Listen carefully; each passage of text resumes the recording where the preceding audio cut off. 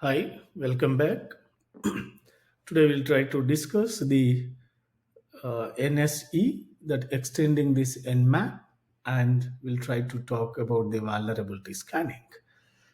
So first we'll try to discuss the Nmap scripting engine. So this Nmap script engine is one of the Nmap's most powerful and flexible feature. It allows users to write and share simply the simple scripts to automate a wide variety of network tasks. So those scripts are then executed in parallel with the speed and efficiency you expect from Nmap. So that is the major one. So this NSA is, as said, the powerful additional to the classic tool that transforms its functionality and capability well beyond its traditional port scanning duties.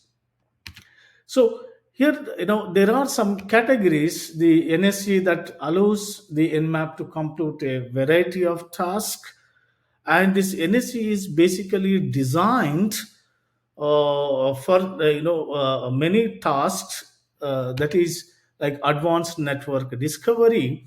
So this is Nmap's bread and butter. So example includes the lookup who is data based on the target domain, and another one is vulnerability detection. So this vulnerability scanning or vulnerability detection. So when a new vulnerability is discovered, you often want to scan your network quickly to identify the vulnerable systems before the bad guys do. So while Nmap is not a comprehensive vulnerability scanner, NSE is powerful enough to handle even demanding vulnerability checks. So when the heartbleed bug affected hundreds of thousands of systems worldwide, Nmap's developers responded with the SSL the heartbleed detection script within 2 days. And another one is the detection of the backdoors or backdoor detection. Many attackers and some automated worms leave backdoors to enable later re-entry. So some of these can be detected by Nmap's regular expression based on version detection, but more complex worms and backdoors requires the Nmap script engines, which is advanced capability to reliably detect. So this NSE has been used to detect the double pulsar NSA backdoor in SMB and backdoor version of the Unreal IRCDs. And another, which includes the vulnerability exploitation. So, as a general scripting language, NSE can even be used to exploit vulnerabilities rather than just find them. So, the capability to add custom exploit scripts may be the valuable for some people. Though we aren't planning to turn Nmap into an exploitation framework such as the Metasploit here, but so these listed items for our to understand about the NSE. So the Nmap users to come up with even more in the inventive uses for this NSE, right? So we'll see the basic categories which are comes under this NSA, that while NSA has a complex implementation for efficiency, it is strikingly easy to use by just giving the command minus sc that we will discuss. But there are some NSE that divides the scripts by the categories, and the current categories which included in this NSE is as the one is the banner category. And this what is the use of this the banner category in this case? That means the banner script is an extension of your nmap that creates a connection to a tcp port and printouts any output that's sent from the target system to the local terminals. So this can be extremely useful in identifying unrecognized services on the obscure ports. So to invoke and the entire family of these categories, we'll see the syntax of the scripting category. Another one is authentication. So these scripts deals with authentication credentials on the target system. So that includes the X11 access or FTP anonymous access, or the exploitation, something like that. And another one is the broadcast. So the broadcast scripts, typically to discover of a host not listed on the command line by broadcasting on the local network. So use the new targets script argument to allow these scripts to automatically add the host they discovered to the Nmap scanning queue. Another one is brute force. So this script for brute force script use the brute force attack to guess authentication credentials of a remote server. Another one is you find the default. So these scripts are the default set and are run when using the minus s command. When you use the minus s command. So here this default option. So this category can also be specified explicitly like any other using the scripting. So many factors are considered in deciding whether a script should be run by default, or that consider the speed, usefulness, the verbosity, reliability, the intrusiveness, privacy. So these are all included in this. Another is discovery scripting. So these scripts try to actively discover more about the network by querying the public registries or SNMP enabled services or directory services, and the example which includes the HTML title or SMB enum shares. So these are some of these the part of this category. Another one is DOS, that denial of service scripts. So this in this script, the scripts in this category may cause a denial of service. So sometimes this is done to test vulnerability to a denial of service method, but more commonly it is an undesired by the necessary side effect of testing for a traditional vulnerability. So these tests sometimes crash vulnerable services. Another category is the exploit category. These scripts aim to actively exploit some vulnerability. That examples like JDWP execution or HTTP shell shock. Another category is external. So scripts in this category may send data to a third party database or other network resources. Another one is fuzzer category. This category contains scripts which are designed to send server software unexpected or the randomized field in each packet. So while this technique can useful for finding undiscovered bugs and the vulnerabilities in the software.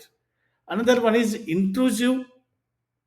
So these are scripts that cannot be classified in the safe category because the risks are too high that they will crash the target system. So use the up significant resources on the target host, or otherwise be perceived as the malicious by the target systems administrators. Another category is malware category NSE scripts. So these scripts test whether the target platform is infected by malware or backdoors. Another category is safe category. Scripts which weren't designed to crash services, use large amount of network bandwidth or other resources, or exploit security holes, are categorized as safe. Another category is version category. The scripts in this special category are an extension to the version detection feature and cannot be selected explicitly. So they are selected to run only if version detection was requested. So their output cannot be distinguished from version detection output, and they do not produce servers or the host script results. And finally, the category is vulnerability category. So these scripts, check for the specific known vulnerabilities and generally only report results if they are found. If they are found. So we'll try to see the demonstration for all these categories, how they are benefited and how is going to be work. We'll see. So let me quickly share my screen. So I have a two system. My target system is the Windows operating system, which is running on the virtual machine here. So the IP address for this target system is 192.168.1.4, and my Kali Linux, which is running as a pen testing machine, like Kali. So this is running on the IP address 192.168.1.6. So as said, in order to invoke the NSE, let me just clear this.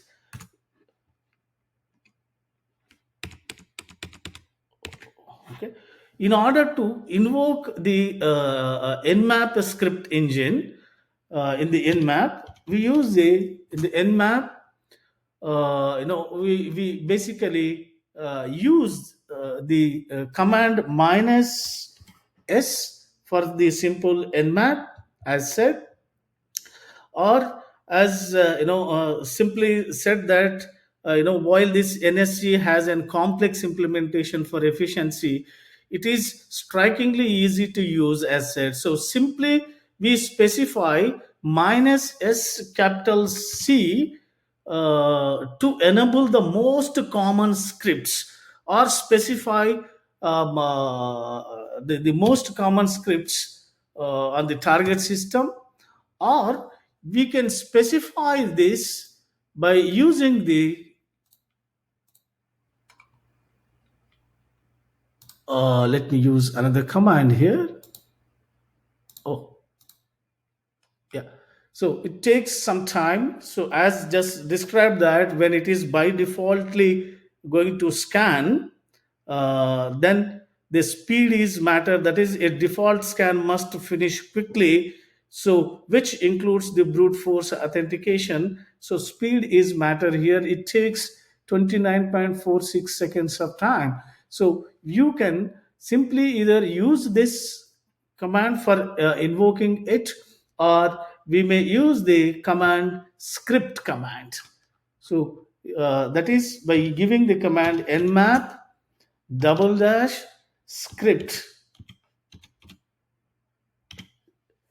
So by use this script argument, which is followed by the category.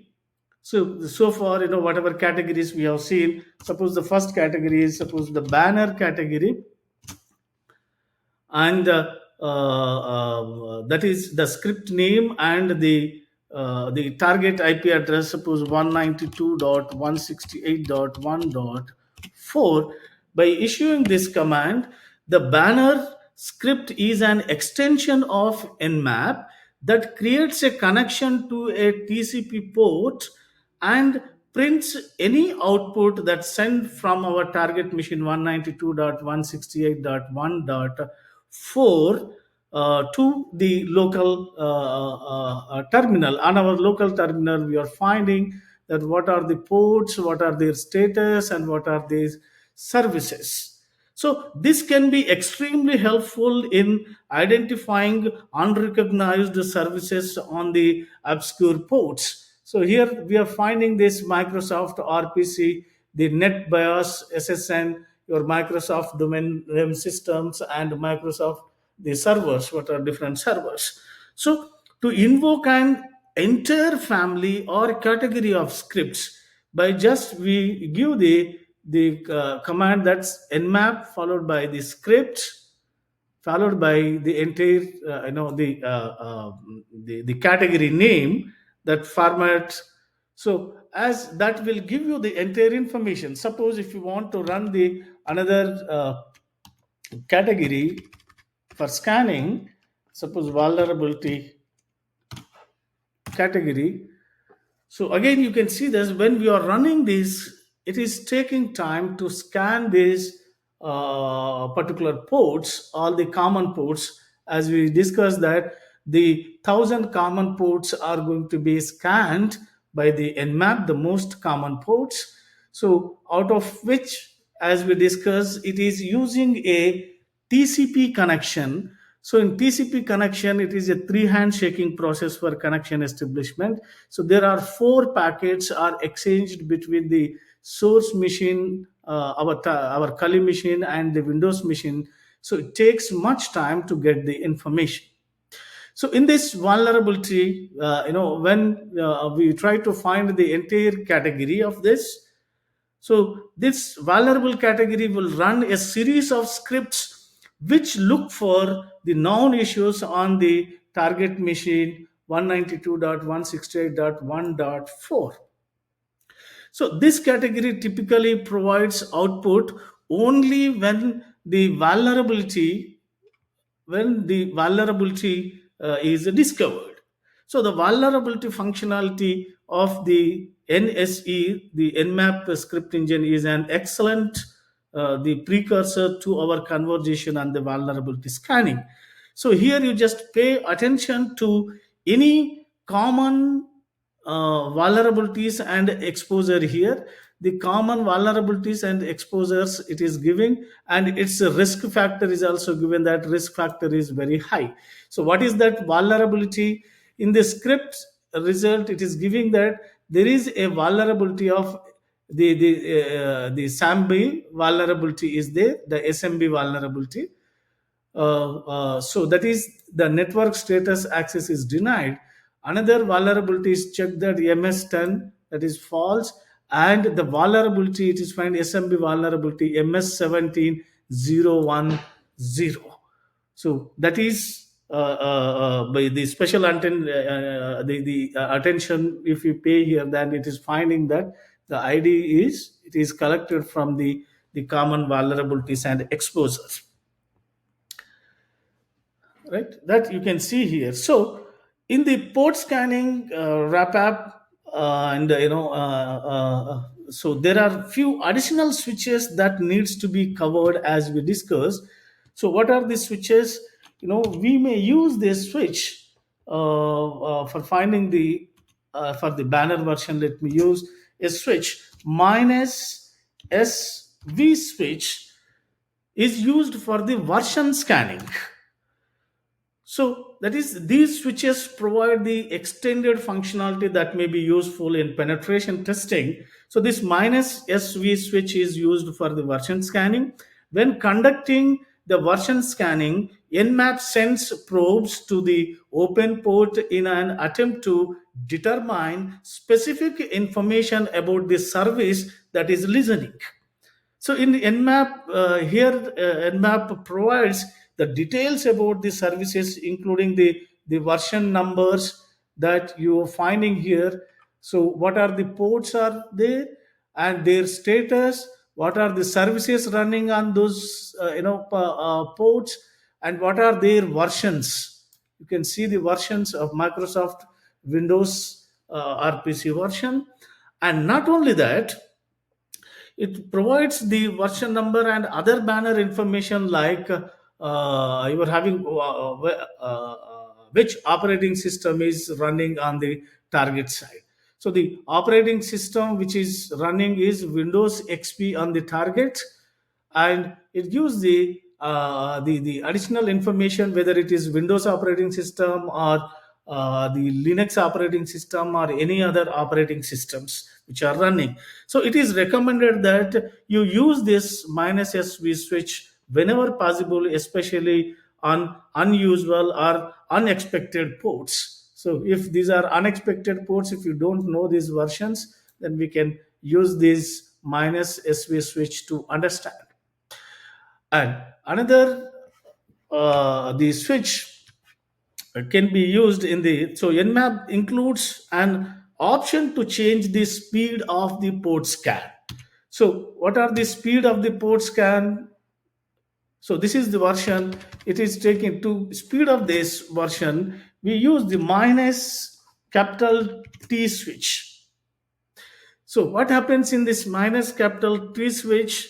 The timing switch range on a numeric scale that is from 0 to 5, the numeric scale.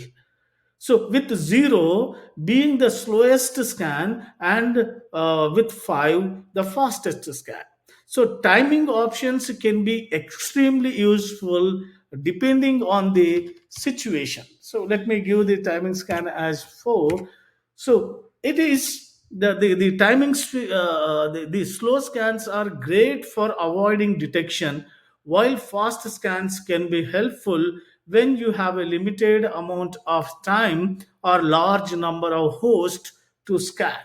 So here you can see it takes the time for execution here without using the timing for the scanning for the scanning. It took 21.47 seconds. By issuing the minus T4, the same target for banner scanning using the script category, using the script, it takes 15.38 seconds. So this is that it is, as said, helpful when you have a limited amount of time or large number of hosts to scan. So another the switch which we use is minus O switch. Nmap, then the script, its category, target address, and minus O switch. So this switch can be useful for fingerprinting the operating system. So this is handy for determining if the target you are attacking is a Windows operating system or let me just give this sudo command. Okay, Kali. So it is, as said, on target whether it is running the Windows operating system or Linux or other type of machines which are running on the target one. So now, once we have completed the port scanning, and here you can see the operating system details. The with Microsoft Windows operating system, it is running the Microsoft details, that is Service Pack 2 or Service Pack 3. It gives the complete details. Or the Windows Server version 2003, and the network distance, the route from our source, that is Kali Linux to the Windows, it is 1 hop distance. So as said, once we know the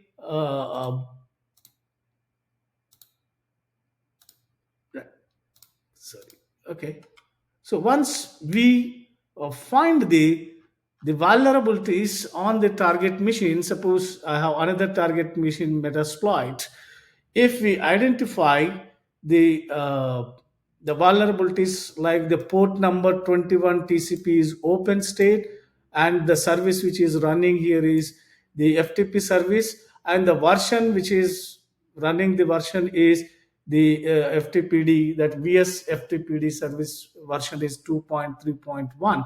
So here in this script you can see the script category is vulnerability, target is 192.168.1.9, another mission.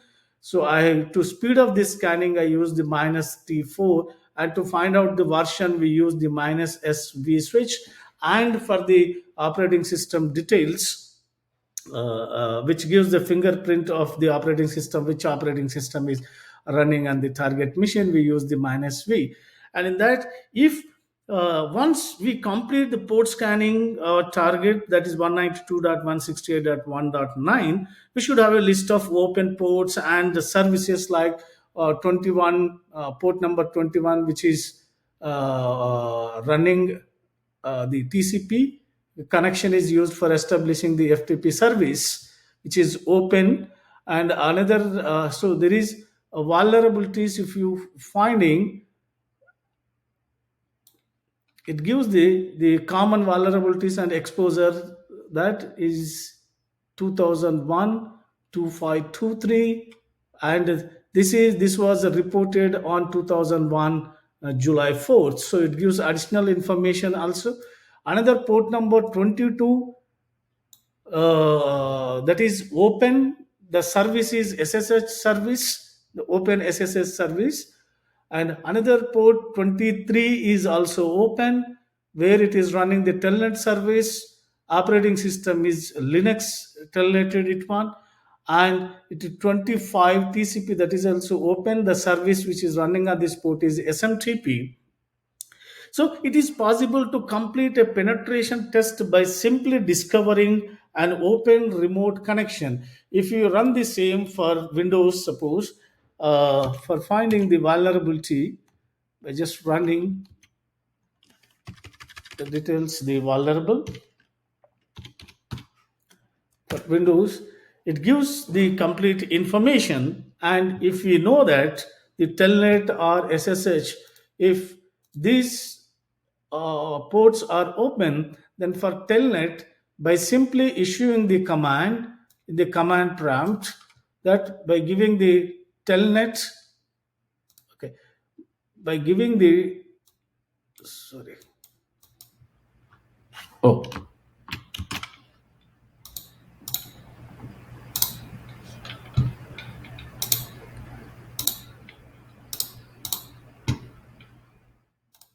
okay, by simply giving the telnet command, it will run that. Okay, so let me,